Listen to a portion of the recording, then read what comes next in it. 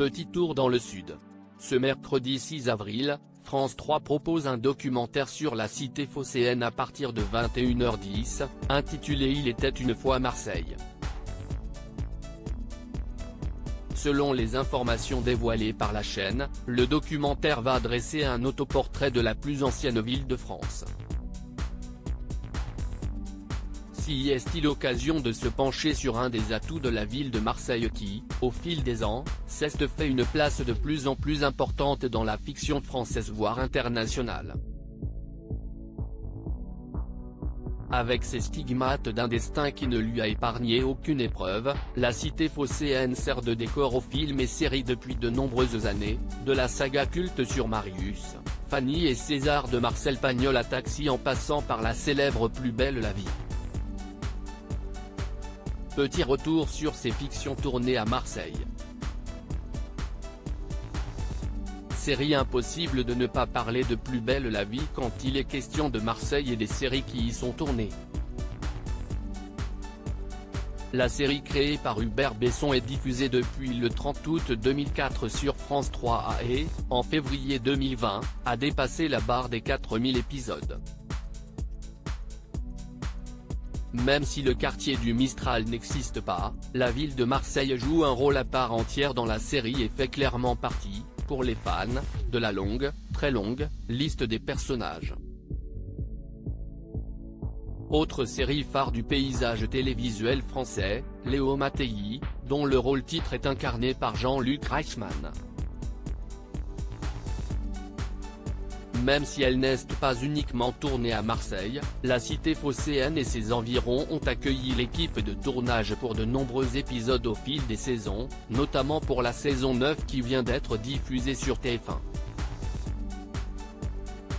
Autre série, même décor. La fiction Alex Hugo, jouée par Samuel Le Bihan, diffusée sur France 2 puis France 3 a en partie été tournée dans les Hautes-Alpes, mais également dans les Bouches-du-Rhône et notamment dans le parc national des Calanques. De quoi offrir des paysages naturels magnifiques, même pour les enquêtes les plus sombres. Pour la série Caïn, qui a été incarnée par Bruno Debrandt avant d'être joué par Julien Baumgartner, ce sont les saisons 2, 3 et 8 qui ont été tournées dans la cité phocéenne, avec le tournage de la saison 8 dont la diffusion s'est achevée en février 2020. Enfin la dernière série sur laquelle on s'attarde est une évidence, Marseille, la série Netflix avec Gérard Depardieu, Benoît Magimel ou encore Géraldine Pellas. Film côté grand écran également, la ville de Marseille a souvent servi au tournage, que ce soit pour d'énormes franchises connues de tous, comme Taxi, ou encore pour d'autres scènes de films cultes dont on ignorait tout du détour par la cité phocéenne. La première saga qui vient à l'esprit cependant reste celle de Taxi, dont les 5 films ont été tournés à Marseille.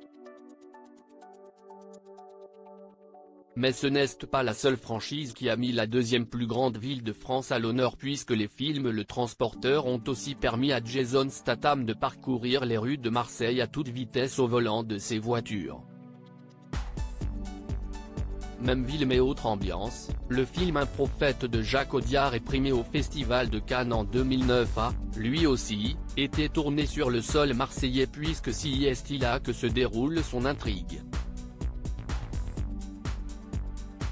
Quatrième film, plus récent cette fois.